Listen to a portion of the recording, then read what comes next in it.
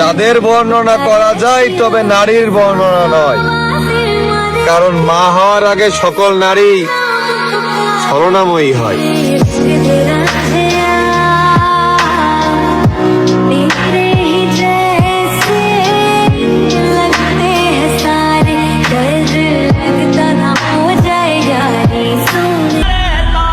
যারা একটা নজর না দেখলে বুকটা মারে টান, যার হাসিতে হাসি উপরে আসমানেরও চান, তিনি আর কেডা?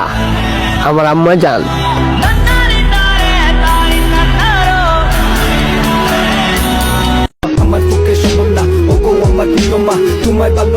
মায়ের তুলনা শুধু মার সাথেই হয়। যেই শহরে আমার মা থাকে না, সেই শহরে আমার জন্য 3 বেলা দুঃখ রান্না হয়।